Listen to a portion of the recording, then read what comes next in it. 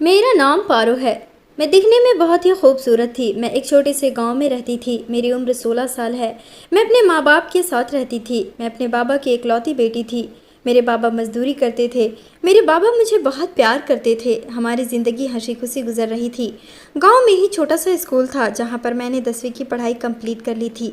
10वीं की पढ़ाई कंप्लीट करने के बाद मैं अपनी माँ के साथ घर के कामों में हाथ बटाती थी। गांव में बहुत कम उम्र में ही सबकी शादी हो जाती थी। बाबा कहने लगे पारो की भी शादी कर देंगे। मैंने कहा बाबा मुझे इतनी जल्दी शादी नहीं करनी। लेकिन बाबा कहने लगे बेटा इस गांव में छोटी उम्र में ही शादी हो जाती है। तुम्हारी शादी करने में अगर लेट करूंगा तो गांव वाले मुझ पर उंगली उठाएंगे, मुझे कहेंगे कैसा बाप है, अपनी बेटी को घर में बिठा कर रखा है। लेकिन मैं कहती बाबा कहने वालों को कहने दो, अगर आज हमारे ऊपर मुसीबत आ जाएंगे तो क्या वह लोग आपका साथ देंगे? कभी नहीं। लोगों का कहना काम है, आप उन्हें कहने दें, आप उनकी बातों में मत रहें। बाबा मेरी जिद के आगे हार मान गए और कहने लगे ठीक है, लेकिन अगर मुझे बहुत अच्छा रिश्ता मिल गया तो तू ना नहीं करेगी, शादी कर लेगी? मैंने कहा अच्छा ठीक है, कर लूँगी। मेरी माँ थोड़ी गुस्से वाली थी, हर वक्त गुस्सा करती रहती थी। मेरे बाहर निकलने पर भी गुस्सा करती, सहेलियों के साथ बाजार जाती तो उस पर भी गुस्सा करती। मैं अपनी माँ के गुस्से से तंग आ चुकी थी। बाबा जब काम करके घर आते तो मैं अपने बाबा से शिकायत करने लगती। मैं कहती बाबा माँ हर वक्त मुझ पर गुस्सा करते रहती है, ऐसा क्यों करती है? क्या मैं इतनी बड़ी हो गई हूँ कि मैं अपनी मर्जी से कहीं बाहर निकल भी नहीं सकती? बाबा माँ पर गुस्सा करने लगते, वह माँ पर चिल्लाने लगते। वह कहते तुम क्या हर वक्त बच्ची को डांटती रहती हो, इतनी भी बड़ी नहीं हुई है हमारी पारो, बच्ची है, सहेलियों के साथ घूमने दो, खेलने दो। बाबा माँ पर गुस्सा करते तो मैं खुशी से अपने बाबा के गले से लग जाती और कहती बाबा आप दुनिया के सबसे अच्छे बाबा हो। मेरे बाबा भी मेरे सर पर हाथ रख कर फेरते और कहते जाओ बेटी, मैं हूँ ना, जाकर खेलो, तुम्हें घर के भी काम करने की ज़रूरत नहीं, तुम्हें जो मन करे वो करो। बाबा मुझे बहुत प्यार करते थे। मेरी पड़ोसन रज्जो, वह मेरी माँ को हमेशा अपनी बातों से भड़काती रहती। वह कहती पारो अब जवान हो गई है, जल्दी से उसकी शादी कर दो, नहीं तो ज़माना बहुत ख़राब है, कहीं किसी लड़के के साथ भाग गई तो पूरे गांव में तुम्हारा नाम खराब हो जाएगा। रज्जो कोठे में नाचने का काम करती थी।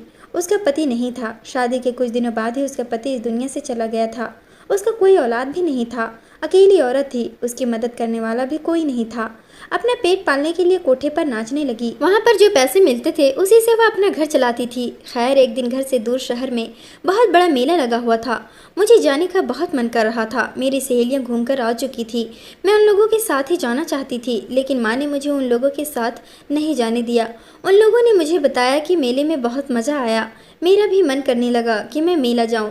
मैंने माँ से कहा माँ मुझे मेला जाना है, लेकिन माँ कहने लगी कोई ज़रूरत नहीं है मेला जाने की, घर पर रहो, ज़माना बहुत ख़राब है, कहीं कुछ ऊंच नीच हो गई तो हम क्या करेंगे? माँ तो बेवजह गुस्सा करने लगी। मैंने कहा ठीक है, बाबा को आने दो, मैं बाबा के साथ मेला जाऊंगी। माँ कहने लगी हाँ ठीक है चली जाना, वैसे भी मेरा सुनता कौन है। बाबा जब शाम को घर आए तो मैं अपने बाबा के पास गई और मैंने बाबा से कहा बाबा गांव से थोड़ी दूर में ही बहुत बड़ा मेला लगा हुआ है, मुझे मेला जाना है, क्या आप मुझे लेकर चलेंगे? बाबा कहने लगे तुम्हें जाने का मन है तो ज़रूर लेकर जाऊंगा, कल हम लोग चलेंगे मेला। मैं बहुत खुश हो गई थी। माँ गुस्सा करने लगी और कहने लगी जवान लड़की है, मेला लेकर जाओगे कुछ उल्टा पुल्टा हो गया तो क्या मुंह दिखाओगे गांव वालों को? बाबा माँ पर चिल्लाने लगे, कहने लगे हर वक्त बस गलत बातें ही तुम्हारे मुँह से निकलती है। क्या हो जाएगा, मैं जा रहा हूँ ना पारो के साथ, मैं मेला दिखाऊंगा अपनी बच्ची को और अपने साथ वापस लेकर आऊँगा, कुछ नहीं होगा। मेरी खुशी का कोई ठिकाना नहीं रहा था। मैंने रात भर करवटें बदल बदल कर अपनी रात गुजारी थी। सुबह हुई तो मैं मेले जाने के लिए तैयार होने लगी। मैंने नए कपड़े पहने और अच्छे से तैयार होकर मैं बाबा के पास गई। मैंने कहा बाबा मैं तैयार हो गई, आप भी चलिए तैयार हो जाइए। बाबा कहने लगे पारो मैं तो तैयार ही हूँ, चलो। मैं और बाबा घर से मेले के लिए निकल गए। मैं और बाबा रिक्शे में बैठ गए। दूर से ही मेला नज़र आने लगा था। बड़े बड़े झूले लगे हुए थे, बाजार सजा हुआ था, खाने की चीज़, श्रृंगार की चीज़ और बहुत सी चीज़ बिक रही थी। रिक्शे वाले ने हमें मेला पहुंचा दिया। मैं तो अपने बाबा को कहने लगी बाबा मैं चूड़ियाँ लूँगी, कान के बूंदे लूँगी। बाबा कहने लगे तुम्हें जो चाहिए होगा मैं तुम्हें ले दूँगा। हालांकि मेरे बाबा पास ज़्यादा पैसे नहीं होते थे, लेकिन मैं अपने बाबा से जो मांगती थी वह मुझे ला कर देते थे। मेरे बाबा मेरे कहने पर वह चीज़ मेरे सामने हाजिर कर देते थे। खैर मुझे सामने में ही बहुत ही खूबसूरत झुमके दिखाई दिए। मैंने अपने बाबा को कहा बाबा मुझे यह झुमके चाहिए। बाबा ने कहा ठीक है ले लो। मैंने झुमके लिए और उसे पहन लिया और चूड़ियाँ भी ली। मैंने कहा बाबा मुझे बड़ा झूले में भी बैठना है। बाबा ने मुझे बड़ा झूला में भी बिठाया, मुझे बहुत मज़ा आया। तभी बाबा कहने लगे, पारो अब बहुत शाम हो रही है, चलो हम लोग घर चलते हैं, ज़्यादा शाम हो गया तो रिक्शा नहीं मिलेगा। मैंने कहा, बाबा इतनी भी जल्दी क्या है, थोड़ी देर और घूमते हैं ना। वैसे भी घर पर हर वक्त माँ का गुस्सा ही देखने को मिलता है, थोड़ी देर और घूम लेते हैं, बहुत मज़ा आ रहा है, चलिए ना हम लोग कुछ खाते हैं। बाबा ने कहा, अच्छा ठीक है, चलो तुम्हें कुछ खिला देता हूँ। मैं अपने बाबा के हाथ पकड़ी हुई थी, लेकिन भीड़ की वजह से अचानक से मेरे बाबा के हाथ से मेरा हाथ छूट गया और इस भीड़ में मैं बाबा से दूर हो गई। मैं बाबा बाबा चिल्लाती रही, लेकिन मेरे बाबा मुझे कहीं नज़र नहीं आ रहे थे। मैं डर गई, सहम सी गई। हालांकि मैं बड़ी हो चुकी थी, लेकिन फिर भी गाँव से दूर आई थी, इसलिए मुझे डर था और शाम भी हो चुका था। मैं अकेली घर कैसे जाती, मुझे कुछ भी समझ में नहीं आ रहा था कि मैं कहाँ जाऊँ। थोड़ी देर बाद जब भीड़ थोड़ी कम हुई तो मैं दौड़ दौड़ कर अपने बाबा को ढूंढने लगी। मैं इधर उधर भाग भाग कर अपने बाबा को देखने लगी। मेरी आंखों में आंसू भर आए थे। मैं मायूस होकर एक जगह पर बैठ गई। काफ़ी शाम हो चुकी थी, अंधेरा होने को भी था। मैं काफ़ी डर गई थी। भीड़ बहुत हद तक कम हो चुकी थी। तभी मेरे सामने बहुत ही खूबसूरत नौजवान लड़का गाड़ी से उतरा और मेरे सामने आया। उसकी उम्र लगभग 26-27 साल हो रही होगी। वह मेरे पास आया और कहने लगा, तुम रो क्यों रही हो? मैंने कहा, मेरे बाबा मुझे नहीं मिल रहे हैं, मैं अपने बाबा के साथ आई हूँ, मेरे बाबा कहीं नहीं मिल रहे हैं। भीड़ की वजह से मैं अपने बाबा से अलग हो गई। वह कहने लगा, तुम परेशान मत हो, बताओ तुम्हारा घर कहाँ है, मैं तुम्हें छोड़ दूंगा। मैंने कहा, नहीं, मैं आपके साथ कैसे जा सकती हूँ, मुझे आपके साथ नहीं जाना। बाबा कहते हैं किसी भी अनजान आदमी के साथ कहीं पर नहीं जाना चाहिए। वह हंसने लगा, मुझे गुस्सा आ गया। मैंने कहा, साहब जी आप हंस क्यों रहे हो? वह कहने लगा, हंसो नहीं तो क्या, तुम्हें मैं ऐसा वैसा लड़का दिख रहा हूँ? चलो रात काफ़ी हो चुका है, हो सकता है तुम्हारे बाबा घर चले गए होंगे, तुम्हें भी वह खोज रहे होंगे, तुम नहीं मिली होगी तो वह चले गए होंगे। मैंने कहा, नहीं, मेरे बाबा मुझे छोड़कर नहीं जा सकते हैं। वह कहने लगा, अच्छा तो तुम यहाँ पर अकेली बैठी रहोगी? वह कहने लगा, अच्छा ठीक है, फिर रहो अकेली बैठी हुई, मैं चलता हूँ, मुझे क्या है। मैंने कहा, रुकिए साहब जी, आपसे बात करके ऐसा तो नहीं लगा कि आप बुरे हो, सच में आप मुझे छोड़ देंगे ना? वह कहने लगा, हाँ छोड़ दूंगा। मैं उस आदमी के साथ गाड़ी में बैठने ही वाली थी कि मुझे मेरे बाबा दिख गए। मैंने साहब जी से कहा, साहब जी वह देखो, वह मेरे बाबा हैं, लगता है वह मुझे ही ढूंढ रहे हैं। मैंने कहा था ना आपको, मेरे बाबा मुझे छोड़कर नहीं जा सकते हैं। आपका बहुत बहुत शुक्रिया। मैं दौड़कर अपने बाबा के पास आ गई। साहब जी आवाज़ देते रह गए, अरे रुको तो, चलो मैं तुम्हारे बाबा और तुम्हें भी छोड़ दूंगा। मैंने कहा, नहीं साहब जी, हम बाबा के साथ चले जाएंगे। मैं अपने बाबा को आवाज़ देने लगी। बाबा ने भी मुझे देख लिया। बाबा फ़ौरन मेरे पास आ गए। उन्होंने मुझे सीने से लगा लिया। वह कहने लगे, पारो तुम कहाँ चली गई थी? मैंने तुम्हें कहाँ कहाँ नहीं ढूंढा। मैंने कहा, बाबा मैं भी आपको बहुत ढूंढ रही थी, मैं बहुत डर गई थी। बाबा कहने लगे, पारो मेरी तो जान ही निकल गई थी, मैं क्या मुँह लेकर घर जाता। मैंने कहा, बाबा अब घर चलते हैं, रात काफ़ी हो गई है। बाबा कहने लगे, अच्छा ठीक है चलो। हम लोग काफ़ी दूर तक पैदल चलते आ रहे थे। दूर दूर तक कहीं कोई रिक्शा वाला नहीं दिख रहा था। रात काफ़ी हो चुका था और काफ़ी घना जंगल था। मैं पैदल चलकर थक चुकी थी। मैंने बाबा से कहा, बाबा मुझसे अब चला नहीं जा रहा है, चलिए ना हम आराम करते हैं, कोई रिक्शा अगर आएगा तो हम उसमें बैठ जाएंगे। लेकिन बाबा कहने लगे, जल्दी घर जाना है पारो, काफ़ी रात हो चुका है। मैंने कहा, बाबा मुझसे चला नहीं जा रहा है। मैं रास्ते के किनारे ही पेड़ के पास बैठ गई। मैंने कहा, बाबा थोड़ी देर बैठो, कोई रिक्शा ज़रूर आएगा। तभी मुझे एक गाड़ी दिखाई दिया। मैंने कहा, बाबा वो देखो गाड़ी आ रही है। मैं गाड़ी को रोकने लगी। गाड़ी हमारे पास आकर रुक गई। गाड़ी में देखा तो 4-5 आदमी थे। तो मैं उन लोगों से कहने लगी, हमें रिक्शा नहीं मिल रहा है, क्या आप लोग मुझे और मेरे बाबा को घर छोड़ देंगे? आगे जो आदमी बैठा हुआ था वह कहने लगा, हाँ क्यों नहीं, चलो गाड़ी में बैठो, छोड़ दूंगा। तभी बाबा कहने लगे, नहीं पारो, हम पैदल ही चले जाएंगे, गाड़ी में बैठने की ज़रूरत नहीं है, वैसे भी हम इन लोगों को नहीं जानते हैं, हम चले जाएंगे, बस थोड़ी ही दूर घर है।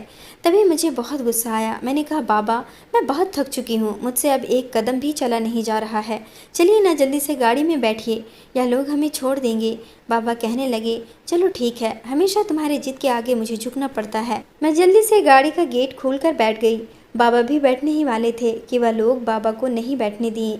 उन्हें धक्का दे दिया और मुझे 2 आदमियों ने पकड़ लिया और गाड़ी चला दी। मैं चिल्लाने लगी, मैं चीखने लगी। मैंने कहा, बाबा मुझे बचा लो। मेरे बाबा भी मेरी गाड़ी के पीछे पीछे आ रहे थे। मैं चीख रही थी, मैं कह रही थी, मुझे छोड़ दो, मुझे जाने दो, तुम लोग मुझे कहाँ लेकर जा रहे हो? लेकिन वह लोग मुझ पर हंसने लगे, कहने लगे तुम्हें घर छोड़ दे रहा हूँ। मैंने पीछे मुड़कर देखा तो बाबा कहीं भी नजर नहीं आ रहे थे। यह लोग मुझे बहुत ही घने जंगलों के बीचों बीच लेकर आ गए। गाड़ी से मुझे घसीट कर नीचे उतारा। उन 5 आदमियों ने मेरे साथ बहुत ही बदतमीजी की।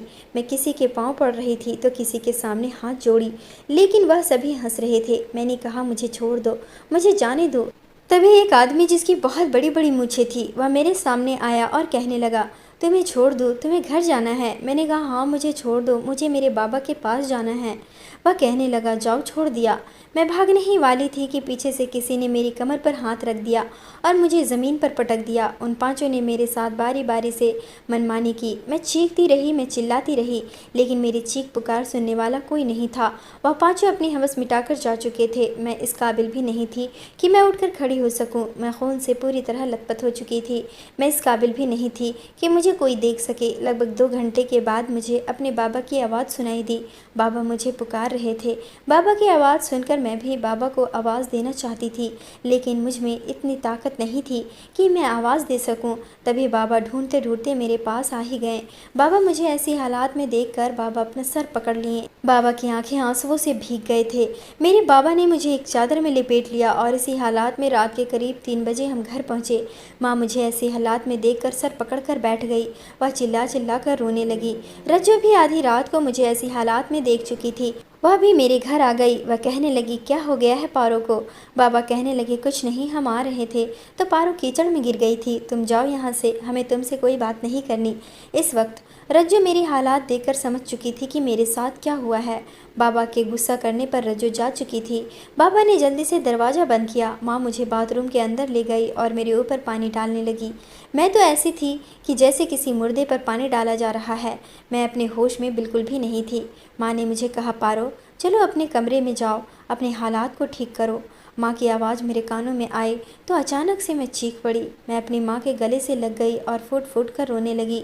माँ भी मुझसे लिपट कर रोने लगी और कहने लगी चलो जल्दी से अपने हालात को ठीक करो, किसी को कुछ भी खबर नहीं होना चाहिए। अगर यह बात गांव में किसी को भी खबर लग गई तो हम किसी को भी मुंह दिखाने के लायक नहीं रहेंगे। पारो गांव वाले तुम्हारे बाबा को गांव से बाहर निकाल देंगे। हम कहाँ जाएंगे, हमारा कोई नहीं है। माँ मुझे मेरे कमरे में छोड़कर बाबा के पास चली गई। मैं आईने में खुद को देखने लगी। आईना चीख चीख कर बता रहा था कि मेरे साथ क्या हुआ है। अब मैंने सोच लिया था कि मैं खुद को मार डालूंगी, मुझे नहीं जीना। जब एक नज़र मैंने अपने पूरे जिस्म पर डाला तो मेरी चीख निकल गई। मैं चिल्लाने लगी। मैं भाग कर किचन में गई और मैंने चाकू निकाला। मैंने सोच लिया था कि मैं खुद को ख़त्म कर दूंगी। तभी बाबा की नज़र मुझ पर पड़ गई। बाबा दौड़कर मेरे पास आए और मेरे हाथों से चाकू छीन लिए। मैंने कहा बाबा मुझे छोड़ दीजिए, मुझे नहीं जीना। बाबा कहने लगे नहीं मेरी बच्ची, अगर तुम्हें कुछ हो गया तो क्या मैं जी पाऊँगा। जो हो गया उसे भूल जाओ। मैं बाबा के सीने से लिपट गई। मैंने कहा बाबा मैं कैसे वह सब भूल जाऊं, मैं कैसे भूल सकती हूं वह सब। बाबा ने मेरे आंसुओं को साफ किया। उन्होंने मुझे हिम्मत दिया, मेरे सर पर अपना हाथ रखा और मुझे मेरे कमरे में लेकर आ गए। मुझे बिस्तर पर लिटा दिया और उन्होंने मुझे अपना वास्ता दिया कि मैं दोबारा ऐसी हरकत ना करूं। मैं बिस्तर पर लेट गई, लेकिन मेरी आंखों में कहाँ नींद आती। मेरी आंखों में तो उन हैवानों का चेहरा घूम रहा था। उन सब का हंसना मेरी कानों में ही गूंज रही थी। मैं पूरी तरह से टूट चुकी थी। मेरे बाबा भी काम पर नहीं जाने लगे। मेरी माँ भी घर से नहीं निकलने लगी। इसी तरह 1 हफ्ता गुजर गया। तभी एक दिन हमारे घर रज्जू आई। वह मेरी माँ से कहने लगी देख वनीता, मुझे पता है पारो के साथ क्या हुआ है। देख मैं तुम्हारी बेटी के लिए रिश्ता लाई हूँ, जल्दी से जल्दी अपनी बेटी की शादी करवा दे। मेरी माँ कहने लगी तू ठीक कह रही है रज्जू, बताओ कौन है वह आदमी। रज्जू एक 60 साल के बुढ़े को लेकर आई थी। वह बुढ़ा अपने मुंह में पान चबाए हुए मुझे एकटक देख रहा था और खुश हो रहा था। तभी मेरे बाबा रज्जू पर गुस्सा करने लगे। वह कहने लगे इस बुढ़े को ले जाओ मेरी नज़रों से दूर। तभी रज्जू कहने लगी क्यों भाई साहब, पारो का दूल्हा पसंद नहीं आया क्या? अरे शुक्र मनाओ, कोई तो शादी करने के लिए तैयार हो रहा है। जल्दी से पारो की शादी कर दो और इस बात को ख़त्म कर दो। ऐसा ना हो कि गांव वालों को ये बातें पता चल जाए और तुम कहीं भी मुंह दिखाने के लायक ना रहो। मेरी माँ तो तैयार हो चुकी थी। उस 60 साल के बुढ़े के साथ मेरी माँ मेरी शादी करने के लिए तैयार हो गई थी। लेकिन मेरे बाबा कहने लगे कुछ भी हो जाए मैं अपनी पारो का शादी इस बुढ़े के साथ नहीं करूँगा। मेरे बाबा ने धक्के मारकर उस बुढ़े को घर से बाहर निकाल दिया। रज्जो भी मुंह बनाकर चली गई। इसी तरह वक्त गुजरता गया। मेरी हंसी खुशी सब छिन चुका था और 1 महीना गुजर गया। एक दिन अचानक से मैं चक्कर खाकर गिर गई। माँ ने मुझे उठाया और बिस्तर पर बिठाया। तभी मुझे अचानक से उल्टियाँ आने लगी। माँ ने मेरी ऐसी हालात देखकर अपना सर पकड़ लिया और कहने लगी, हाय मैं तो बर्बाद हो गई, अब हम किसी को मुंह दिखाने के लायक नहीं रहे।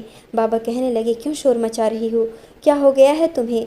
माँ कहने लगी, तुम्हारी लाडली बेटी माँ बनने वाली है, या तो तुम खुद अपनी जान ले लो या फिर अपनी बेटी का जान ले लो। मेरे बाबा भी सर पकड़कर बैठ गए। मेरे बाबा भी मरने जीने की कगार पर आ गए। मेरी माँ भी जान लेने की कोशिश करने लगी। मैंने माँ बाबा से कहा, आप लोग ऐसा कुछ मत कीजिए।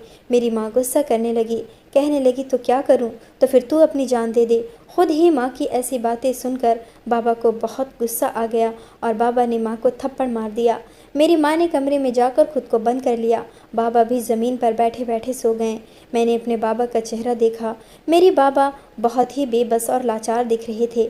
मुझसे बाबा का ऐसा चेहरा देखा नहीं जा रहा था। मैंने अपने बाबा को बहुत बड़ा दुख दे दिया। मेरी वजह से मेरा बाबा बहुत दुखी थे। अब मैं सोच चुकी थी कि मुझे क्या करना है। मैं आधी रात को घर से बाहर निकल गई। अब मुझे कोई डर नहीं था, कोई खौफ नहीं था। मैं गांव से काफ़ी दूर आ गई। रास्ते में गरीब लोग सोए हुए थे। मैं उन लोगों के साथ ही सो गई। सुबह हुई तो उन लोगों के साथ ही मैं मंदिर में चली गई। मंदिर की सीढ़ियों पर जाकर बैठ गई। कुछ लोग खाना दे गए, कुछ लोग थोड़े बहुत पैसे दे गए। मैं अपने गांव से काफ़ी दूर निकल गई और शहर में आ गई। बहुत ही तेज़ धूप थी जो मेरे सर पर ही मार रही थी। मैं चक्कर खाकर बेहोश हो गई। जब मैं होश में आई तो मैंने देखा मेरे सामने एक बूढ़ी औरत थी। वह कहने लगी, बेटी तुम्हारा घर कहाँ है? मैंने कहा, माँ मेरा कोई घर नहीं है, मैं अनाथ हूँ। वह कहने लगी, ऐसा नहीं कहते बेटी, आज से मैं तुम्हारी माँ हूँ, तुम हमारे साथ ही रहोगी। मेरा एक बेटा है जो विदेश में काम करता है, वह बीच बीच में घर आते रहता है, तुम आज से हमारे साथ ही रहना। मैं उस अम्मा के साथ ही रहने लगी। धीरे धीरे वक्त गुजरता गया। मैं इस घर के सारे काम करने लगी। मैंने उनसे कहा कि अम्मा जी, आपको कोई काम करने की ज़रूरत नहीं है, मैं आपके सारे काम कर दूंगी। रात को अम्मा जी का पैर भी दबा दिया करती थी। अम्मा ने मुझे एक कमरा भी दिया था। मैं अपने कमरे में ही आकर सो जाती थी। कभी कभी अम्मा जी का तबीयत ठीक नहीं होता तो मैं अम्मा जी के सिरहाने में ही सो जाती थी। वह भी मुझसे बहुत प्यार करती थी।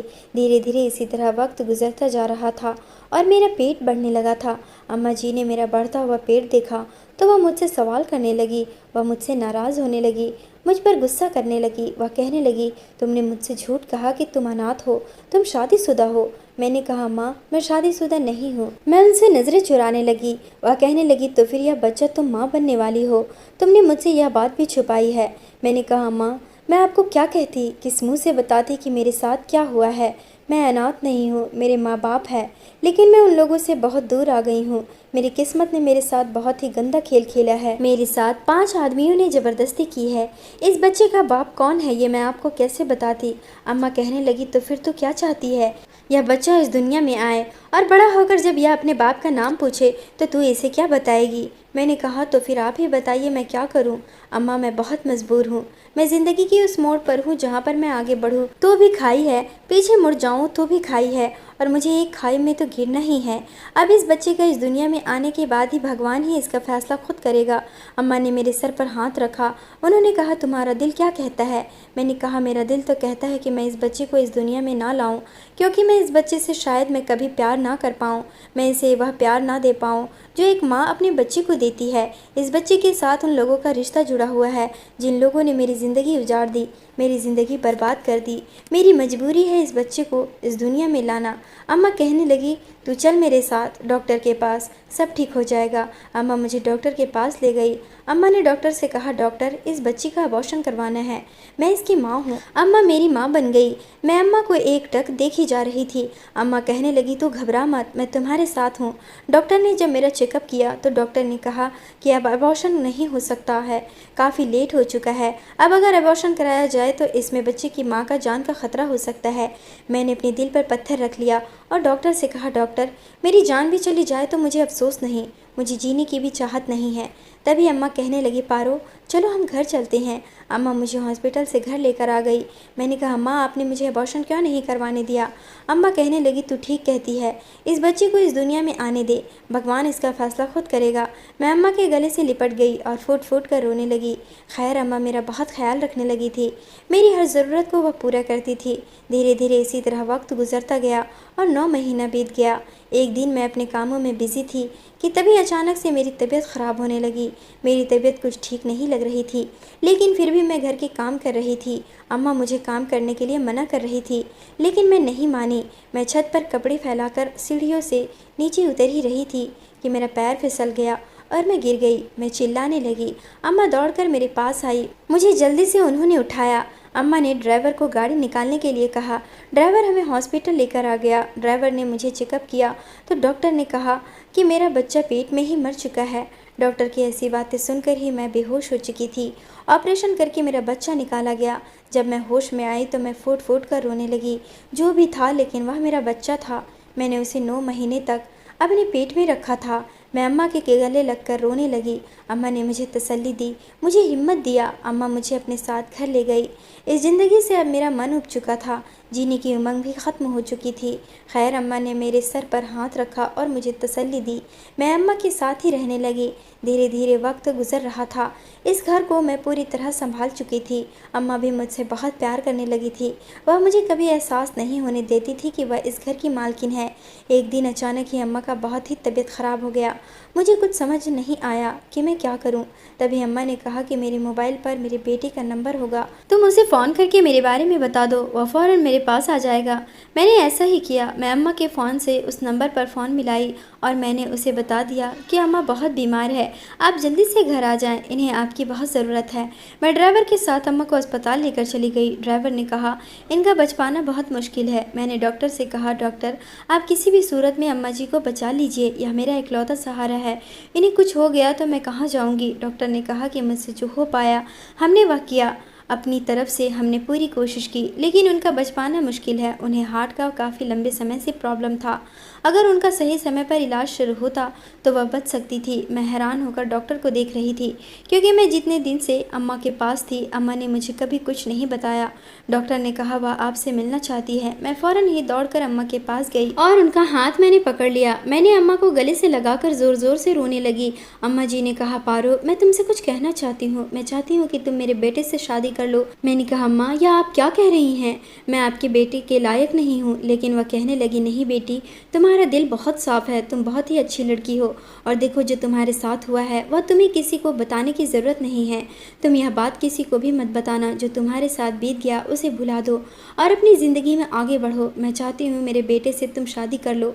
मैंने कहा अम्मा जी, मैं ऐसा नहीं कर सकती, मैं किसी से भी शादी नहीं कर सकती। अम्मा आप मुझे माफ़ कर दीजिए, मैं किसी भी लड़के की पत्नी बनने के लायक नहीं हूँ। मेरे नसीब में पति का प्यार नहीं है। मैं अपने धुन में कहे जा रही थी, तभी अचानक से मेरी नज़र अम्मा जी पर पड़ा। मैंने देखा तो उनकी आंखें बंद हो चुकी थी, उनकी सांसें थम गई थी। मैं समझ चुकी थी कि अम्मा अब इस दुनिया में नहीं रही। तभी मेरी नज़र सामने खड़ा उस नौजवान पर पड़ा। उसे देखकर तो मेरे पैरों तले से ज़मीन खिसक गई, क्योंकि यह लड़का कोई और नहीं, यह वही था जो मुझे मेले में मिला था। खैर उसने मुझे नहीं पहचाना, लेकिन मैं उसे पहचान चुकी थी। वह अपनी माँ को गले लगाकर फूट फूट कर रोने लगा। मैंने उसे तसल्ली दी। उनकी नज़र जब मुझ पर पड़ी तो वह मुझसे पूछने लगा तुम कौन हो? मुझे कुछ भी समझ में नहीं आया कि मैं क्या कहूँ। मैंने कहा साहब जी, मैं आपके यहाँ काम करती हूँ। फिर उन्होंने मुझसे कोई सवाल नहीं किया। अम्मा के जाने के बाद मेरी दुनिया भी अंधेरी हो चुकी थी। इतना प्यार तो मेरी अपनी सगी माँ ने भी नहीं किया था जितना अम्मा मुझसे करती थी। घर भी काफ़ी सुनसान था। मैं साहब जी के पास गई। मैंने कहा साहब जी, आपको किसी भी चीज़ की ज़रूरत हो तो मुझे बता दीजिएगा। उन्होंने कहा 1 मिनट रुको, तुम्हारा नाम क्या है? मैंने कहा मेरा नाम पारो है। वह कहने लगे तुम मेरी माँ के पास कब से काम कर रही हो? मैंने कहा साहब जी 1 साल से। वह कहने लगे अच्छा ठीक है, तुम जाओ, फिलहाल मुझे किसी चीज़ की ज़रूरत नहीं है। जब मुझे किसी चीज़ की ज़रूरत होगी तो मैं तुमसे मांग लूँगा। इसी तरह धीरे धीरे 1 महीना गुजर गया। मैं साहब जी के सारे काम करती थी। एक दिन साहब जी मेरे कमरे में आए और कहने लगे पारो, माँ ने तुम्हारी सैलरी कितनी रखी थी? उनके ऐसे सवाल से मैं सोच में पड़ गई थी कि मैं क्या जवाब दूँ, कि मैं कितनी सैलरी लेती थी। मैंने कहा बाबूजी, माँ जी को जितनी खुशी होती थी वह मुझे ज़रूरत के हिसाब से दे देती थी। वह कहने लगा अच्छा ठीक है, यह लो फिलहाल 10,000, तुम्हें किसी चीज़ की ज़रूरत हो तो तुम जाकर ले लो। और भी पैसे की ज़रूरत हो तो तुम मुझसे मांग लेना। मैंने कहा ठीक है, लेकिन मैं तो आज तक बाज़ार गई ही नहीं थी। मुझे जिस चीज़ की भी ज़रूरत होती थी अम्मा मुझे ला कर देती थी, और इस शहर में मैं ज़्यादा बाहर भी नहीं निकली थी। यहाँ की गलियों बाज़ारों को भी मैं नहीं जानती थी। खैर, मैं दिन भर घर के काम ही करती रह गई। बाबूजी अपने कमरे में लैपटॉप पर काम करते थे। उन्होंने मुझे दिन भर घर में ही देखा तो वह मुझसे पूछने लगे, पारो तुम मार्केट नहीं गई, तुम्हें किसी चीज़ की ज़रूरत नहीं है क्या?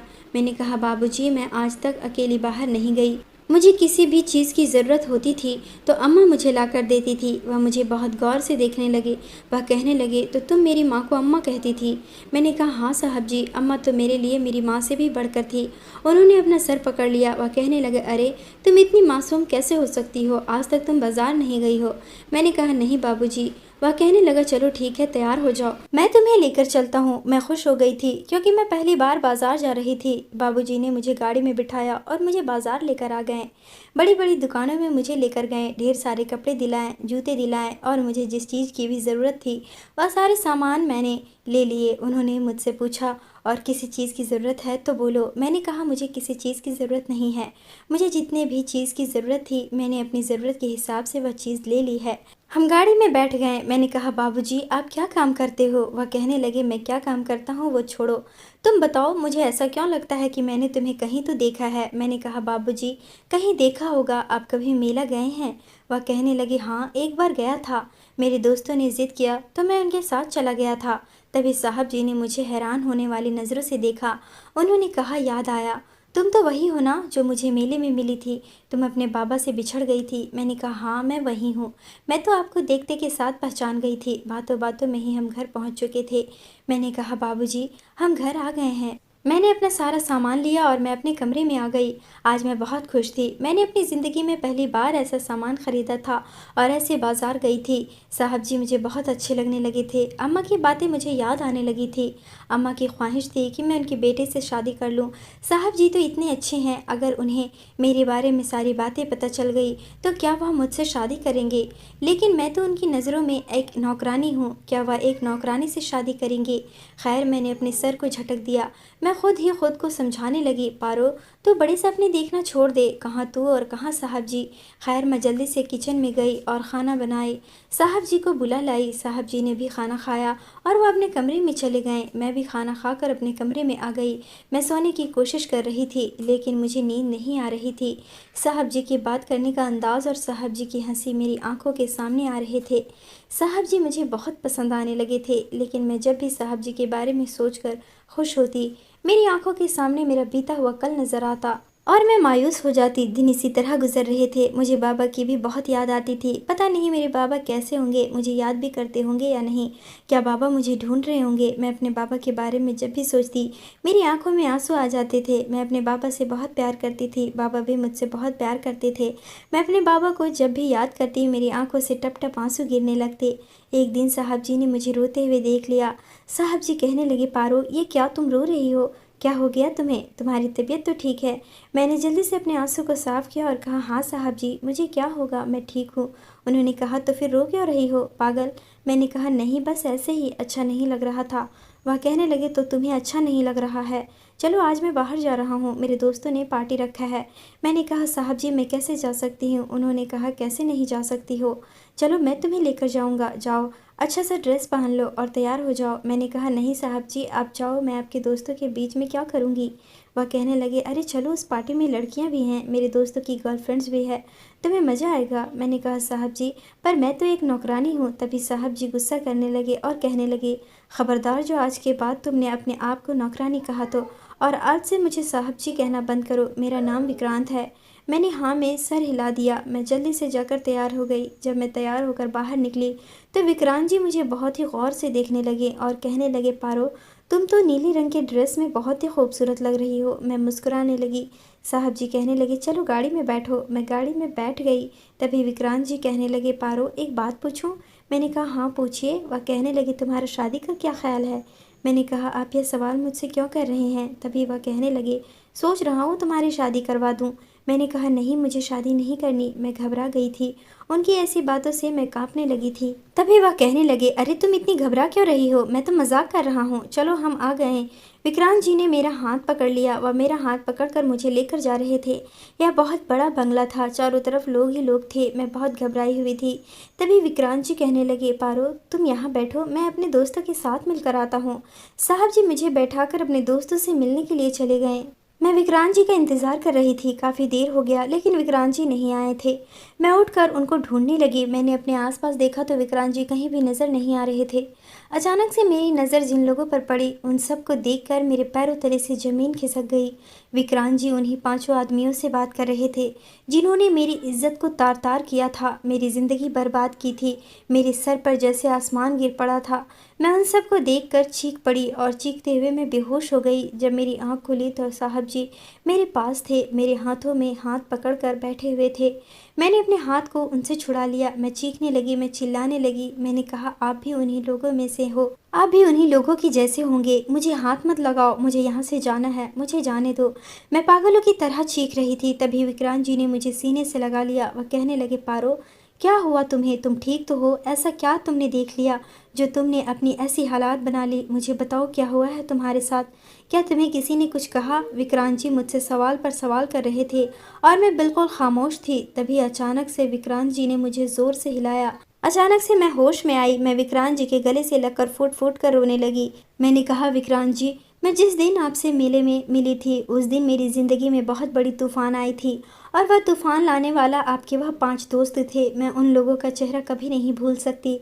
उन पांचों को एक जगह देखकर मेरी रूह कांप उठा। वह मंजर मेरी आंखों के सामने घूमने लगा। मैं कहती जा रही थी और विक्रांत जी मेरी बातों को सुनते जा रहे थे। उन्होंने मेरे सर पर अपना हाथ रखा, मेरे आंसुओं को उन्होंने साफ किया और मुझे गले से लगा लिया। वह कहने लगे, पारो मैं तुमसे कुछ कहना चाहती हूँ। मैं तुम्हें पहली बार जब मेले में देखा था उसी वक्त मैं अपना दिल हार बैठा था। मैं उस मेले में लगातार 4-5 दिनों तक जाता रहा कि शायद तुम मिल जाओ, लेकिन तुम मुझे नहीं मिले। मुझे लगा शायद हमारी किस्मत में अब मिलना नहीं लिखा है, लेकिन देखो भगवान ने मुझे फिर से तुमसे मिला दिया। मैं तुमसे बहुत प्यार करता हूँ। उन्होंने अपनी जेब से एक झुमका निकाला और मेरे हाथों में रख दिया। उन्होंने कहा, यह देखो यह झुमका। मैंने कहा, यह झुमका तो मेरा है, मैंने इस झुमके को मेले में ख़रीदा था। यह झुमका मुझे बहुत पसंद था। इस झुमके को मैंने ख़रीद कर तुरंत पहन लिया था, लेकिन मेले में एक झुमका मेरा गिर गया था। तभी विक्रांत जी कहने लगे, हाँ वो मुझे मिला और तब से वह झुमका मेरे पास ही है। वह कहने लगे, पारो जो हुआ उसे भूल जाओ, हम यहाँ से बहुत दूर चले जाएंगे। मैं तुम्हें लेकर विदेश चला जाऊँगा और हम वहीं पर रहेंगे। मैं अपने दोस्तों से सारे रिश्ते भी ख़त्म कर लूँगा। क्या तुम मुझसे शादी करोगी? विक्रांत जी तो मुझे बहुत पसंद थे, लेकिन कहीं ना कहीं मुझे ऐसा लगता है कि मैं विक्रांत जी के लायक नहीं हूँ। दोस्तों अब आप ही बताएं, क्या मुझे विक्रांत जी से शादी करने के लिए हाँ कर देनी चाहिए? दोस्तों उम्मीद करती हूँ आपको हमारी कहानी पसंद आई होगी। कहानी पसंद आई है तो वीडियो को लाइक करें, चैनल पर नए हैं तो चैनल को सब्सक्राइब करें।